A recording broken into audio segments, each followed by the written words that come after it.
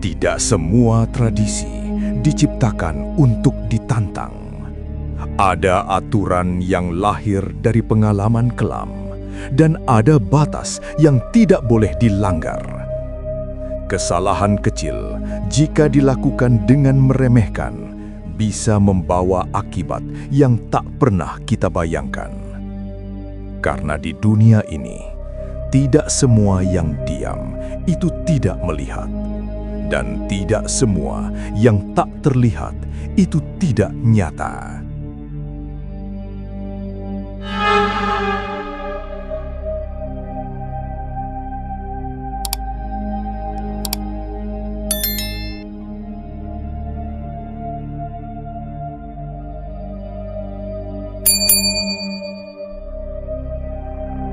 Malam itu, desa yang sunyi bersiap untuk ritual tahunan leluhur di kuburan tua di tepi hutan.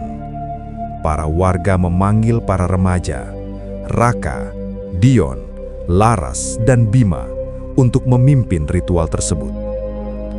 Jangan main-main, jalankan sesuai aturan leluhur. Suara tetua desa terdengar tegas, namun para remaja hanya saling menatap sambil tertawa. Raka menyambar dupa dan menyalakannya asal-asalan. Dion melemparkan sesajen ke tanah tanpa peduli aturan. Laras menatap sejenak, lalu ikut bercanda dengan Bima. Bima malah menari-nari konyol, menirukan gerakan ritual dengan sengaja dilebih-lebihkan. Mereka berseloroh. "Ah, ini kan cuma tradisi tua, nggak ada apa-apanya. Ya, yang penting kita selesai cepet, nanti bisa main ke warung lagi," kata Dion sambil melangkah santai di antara batu nisan. Di sisi lain desa, para warga menunggu di balai desa, menatap ke arah kuburan dengan cemas. Mereka duduk sambil berbisik, berharap para remaja menjalankan ritual dengan benar. Tapi rasa khawatir semakin meningkat melihat para remaja bertingkah sembrono. Udara malam semakin dingin, kabut mulai menutupi kuburan, dan suara-suara samar terdengar dari pepohonan. Bayangan gelap bergerak di pinggir hutan, tapi para remaja tetap mengabaikannya. Bahkan mereka saling menantang untuk melakukan hal-hal lebih lucu dan sembrono di tengah ritual. Doa dan tarian ritual dilakukan dengan asal-asalan. Langkah-langkah tidak sesuai aturan. Lilin-lilin bergoyang karena tiupan angin dingin. Sesajen hampir tumpah, dan suara bisikan dari kuburan terasa nyata. Tapi para remaja masih tertawa gugup. Mereka menyepelekan semua peringatan warga. Tanpa sadar, kesalahan kecil itu akan menjadi awal teror yang mengintai mereka. Beberapa jam setelah ritual dimulai, suasana semakin aneh. Lilin yang dinyalakan Raka dan Dion tiba-tiba berkedip sendiri, padam lalu menyala kembali tanpa angin. Kabut tipis menyelimuti kuburan dan bayangan samar bergerak di antara nisan. Bima tertawa gugup. Kalian lihat nggak? Kayak ada yang lewat. Laras menepuk pundaknya, mencoba menenangkan diri sendiri. Itu cuma bayangan pohon, jangan lebay. Namun suara-suara aneh mulai terdengar. Bisikan pelan dari tanah, gemerisik langkah kaki yang tidak ada pemiliknya, dan suara ketukan lembut yang bergema di kuburan. Dion berhenti sejenak, wajahnya pucat. "Serius, tadi aku dengar ada yang ketok." Raka menghela napas, mencoba mentertawakan ketakutan mereka sendiri. "Jangan panik, itu cuma imajinasi kalian." Di balai desa, para warga mulai merasa gelisah. Mereka melihat dari kejauhan, kabut menutupi kuburan dan gerak-gerik para remaja terlihat semakin asal-asalan. Beberapa warga mulai berbisik. Sepertinya mereka sudah membuat kesalahan pertama. Jangan-jangan leluhur mulai marah. Sementara itu, di tengah kuburan, salah satu sesajen jatuh ke tanah dan Bima menunduk untuk mengambilnya. Begitu ia menyentuh sesajen itu, angin dingin menyambar dan bayangan gelap muncul sekejap di belakangnya. Bima terkejut, hampir terjatuh. Laras mulai merasakan sesuatu yang tidak normal. Tangan dan kakinya terasa dingin meski malam tidak terlalu berangin. Dion merasakan tatapan dari kegelapan pohon tua, seolah ada mata yang mengintai setiap gerak mereka. Raka mencoba tetap tenang, namun rasa khawatir mulai merayap. Mungkin kita harus cepat selesaikan ritual ini. Tanda-tanda gaib itu jelas. Leluhur tidak senang dengan kelalaian mereka. Dan malam itu, para remaja mulai merasakan bahwa kecerobohan mereka membawa konsekuensi yang menakutkan. Malam semakin larut. Kabut di kuburan semakin tebal, menutupi pandangan para remaja. Lilin yang mereka bawa berkedip tak menentu. Cahaya redup menciptakan bayangan yang menakutkan di sekitar nisan. Bima mulai merasa ada sesuatu yang mengikutinya. Setiap kali dia menoleh, tidak ada siapa-siapa. Namun terdengar bisikan lirih dari tanah, seolah ada yang memanggil namanya. Raka, Dion dan Laras merasakan hawa dingin yang menusuk tulang. "Bima, kau juga merasakannya kan?" tanya Laras dengan suara gemetar. "Iya, aku nggak bohong," jawab Bima, menatap sekeliling dengan cemas. Tiba-tiba, sebuah bayangan hitam besar melintas di belakang mereka. Cepat sekali, hingga nyaris tak terlihat. Lilin Raka hampir padam, dan Dion terhuyung saat menatap bayangan itu. Di balai desa, beberapa warga mulai gelisah. Mereka merasakan aura gelap yang menyelimuti kuburan. Sepertinya mereka sudah menimbulkan kemarahan leluhur, bisik seorang warga tua. Kejadian semakin mencekam. Suara tanah digali terdengar di tempat yang kosong. Gerimis tipis turun meski langit cerah. Sesajen yang sudah diletakkan kembali terbalik, padahal mereka tidak menyentuhnya. Bima menjerit saat tangan dingin meraba pundaknya dari belakang. Tapi begitu dia menoleh, tidak ada siapapun. Ini bukan main-main lagi," teriaknya. Raka berusaha menenangkan, tapi ketakutan mereka semakin memuncak. Para remaja mulai menyadari, mereka benar-benar sudah mengganggu leluhur. Teror tidak lagi hanya tanda-tanda gaib, ini nyata dan menakutkan. Di ujung malam itu, mereka semua terdiam, sadar bahwa kesalahan mereka dalam ritual akan membawa konsekuensi lebih mengerikan keesokan malam. Malam itu, kabut di kuburan makin pekat dan udara terasa mencekam seperti beku.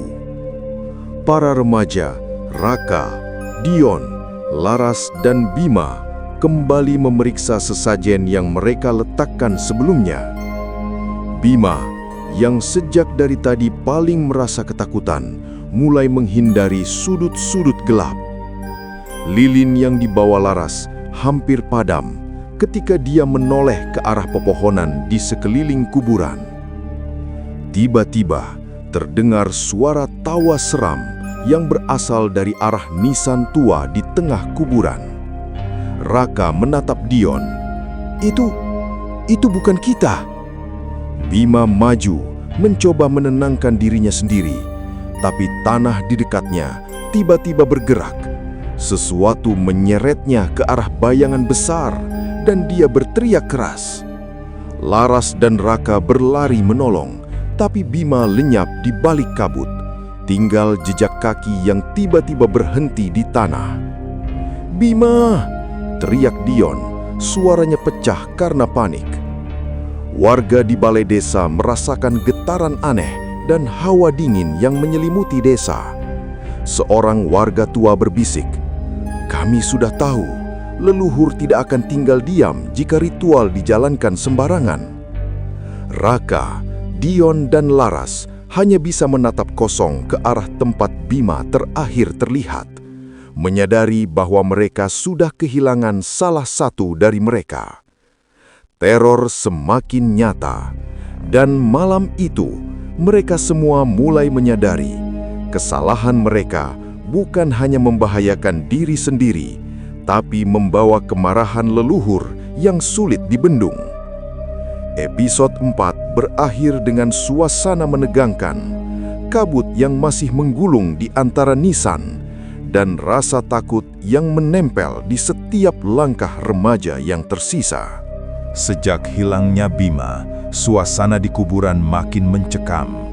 Raka, Dion, dan Laras berjalan pelan, saling menatap dengan mata yang penuh ketakutan. Kabut tebal seolah menelan setiap suara, kecuali detak jantung mereka sendiri yang terdengar keras. Tiba-tiba, dari balik nisan tua terdengar bisikan berulang-ulang, seperti nama mereka dipanggil. Raka, Dion, Laras. Suara itu begitu nyaring namun tidak tampak siapa yang memanggil. Laras memegang lilinnya lebih erat. "Kita harus keluar dari sini, sekarang," katanya gemetar. Raka mencoba menenangkan, tapi tanah di sekeliling mereka tiba-tiba bergetar, dan bayangan gelap muncul di antara pohon-pohon, melayang tanpa tubuh jelas. Dion hampir tersandung saat sosok itu bergerak mendekat. Terdengar suara tangisan Bima yang menyayat hati, seakan memohon pertolongan. "Bima!" teriak Raka, tapi hanya kabut yang menjawab. Ketiganya mulai panik. Barang-barang ritual yang mereka letakkan berantakan, lilin padam, dan angin dingin meniup wajah mereka, seakan ingin menarik mereka ke dalam tanah. Laras berbisik, Ini lebih kuat dari yang kita bayangkan. Kita salah besar." Raka menatap sekeliling. Mereka sadar satu hal. Leluhur marah karena ritual dijalankan sembarangan, dan teror itu kini menargetkan mereka bertiga. Suara-suara aneh, bayangan yang bergerak, dan jejak kaki yang muncul sendiri membuat mereka hampir kehilangan arah, dan malam itu terasa seperti tidak berujung. Sekarang ketiganya terperangkap di kuburan, ketakutan mencekam, dan sadar bahwa malam belum selesai. Raka, Dion dan Laras semakin panik. Kabut tebal menyelimuti kuburan. Suara-suara gaib terdengar di setiap sudut. Lilin yang mereka bawa sudah hampir padam, menyisakan hanya cahaya redup yang membuat bayangan mereka sendiri tampak menakutkan.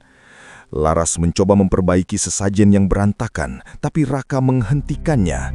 "Jangan, kita harus tenang, jangan sembarangan." Namun Dion, karena panik, memindahkan salah satu sesajen ke tempat yang salah tanpa sadar melanggar aturan ritual. Seketika, tanah di bawah kaki mereka bergetar hebat dan angin dingin menerpa dari segala arah. Dari kabut muncul wujud menyeramkan, lebih nyata dari sebelumnya. Sosok bayangan leluhur dengan mata menyala merah melayang tanpa menyentuh tanah.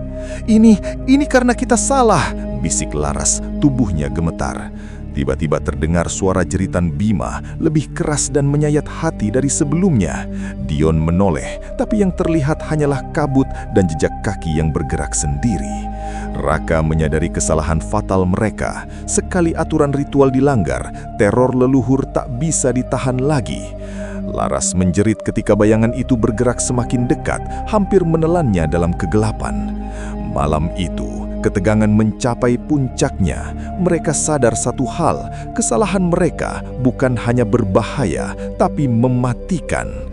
Dengan ketiganya terjebak di tengah kuburan, dikelilingi bayangan yang bergerak dan suara Bima yang menjerit tanpa henti, menunjukkan bahwa kesalahan fatal telah menghancurkan rasa aman mereka. Raka, Dion, dan Laras berlari ketakutan di tengah kuburan yang diselimuti kabut tebal. Suara jeritan Bima masih terdengar, bergema di antara nisan-nisan tua, seolah memohon pertolongan dari dunia lain. Bayangan leluhur yang marah bergerak semakin cepat, melayang di udara dengan mata merah menyala, menyebarkan aura dingin yang membuat udara di sekitar mereka hampir membeku. Raka menjerit, "Kita harus keluar dari sini, sekarang juga!" Laras hampir pingsan, sementara Dion tersandung nisan, membuat lilin yang dibawa jatuh dan padam. Tiba-tiba, dari balik kabut terdengar suara tertawa menyeramkan. Bukan manusia, bukan binatang, suara gaib yang menusuk tulang. Di saat yang sama, Laras melihat sesuatu yang membuatnya mengerang ketakutan. Bima, teman mereka yang hilang, muncul sebagai sosok pucat, matanya kosong, tubuhnya terdistorsi.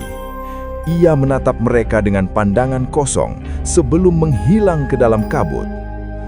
Ketiga remaja itu tersentak. Mereka sadar kesalahan dan ketidakpatuhan mereka terhadap ritual telah mengundang kemarahan leluhur, dan korban terakhir adalah Bima. Suasana menjadi semakin mencekam saat suara-suara gaib mengelilingi mereka dari semua sisi, dan angin dingin berhembus deras seakan ingin menarik mereka ke dalam kuburan. Balai desa masih diterangi lampu minyak. ketika angin dingin tiba-tiba menerobos masuk dari segala arah. Api pelita yang sejak tadi menyala stabil padam satu persatu tanpa sebab. Beberapa warga saling berpandangan, firasat buruk mulai muncul. Tak lama kemudian, Raka, Dion, dan Laras muncul dari arah kuburan. Mereka datang terlalu cepat dari waktu yang seharusnya ritual berakhir. Kondisi mereka kacau, pakaian kotor tanah, napas terengah, wajah pucat seperti melihat kematian dari jarak dekat. Yang paling membuat warga terdiam, Bima tidak bersama mereka. Seorang warga bertanya dengan suara bergetar, "Di mana satu lagi?" Tak satu pun dari mereka bisa menjawab. Saat itulah tanda-tanda aneh mulai muncul serempak di desa. Angin bertiup semakin kencang, membawa bau tanah basah dan asap dupa basi. Bau yang seharusnya hanya ada di area kuburan, kini terasa jelas di balai desa. Beberapa warga tua saling berbisik. Mereka mengenali tanda itu. Ini bukan angin biasa. Ini pertanda ritual tidak diterima. Ketika Raka akhirnya bersuara dengan suara gemetar, "Ritualnya tidak berjalan seperti seharusnya." Kata-kata itu belum selesai diucapkan, tapi kemarahan dan ketakutan sudah menyebar di wajah para warga. Mereka kini yakin telah terjadi kekacauan besar di kuburan tua, dan dampaknya mulai merembet ke seluruh desa. Di kejauhan, dari arah hutan dan kuburan, terdengar suara angin yang berputar aneh, seolah sesuatu sedang bergerak mendekat. Malam belum berganti, tapi desa sudah berubah seperti tempat asing. Angin berputar tanpa arah, membawa debu dan daun kering yang menghantam dinding rumah warga. Pintu-pintu berderit terbuka sendiri. Atap bambu bergetar seakan hendak terlepas. Warga berkumpul di balai desa dengan wajah panik. Beberapa ibu menangis sambil memeluk anak-anak mereka. Para lelaki mencoba bertahan di luar, namun setiap melangkah menjauh dari balai desa, dada mereka terasa sesak, seperti ada sesuatu yang menekan nafas. Dari arah kuburan tua, kabut tebal merayap turun ke pemukiman. Bukan kabut biasa, dingin, berat, dan membuat lampu minyak meredup. Setiap kali angin berhembus, terdengar bisikan samar, seperti suara banyak orang berbicara bersamaan. Raka, Dion, dan Laras berdiri terpisah dari kerumunan.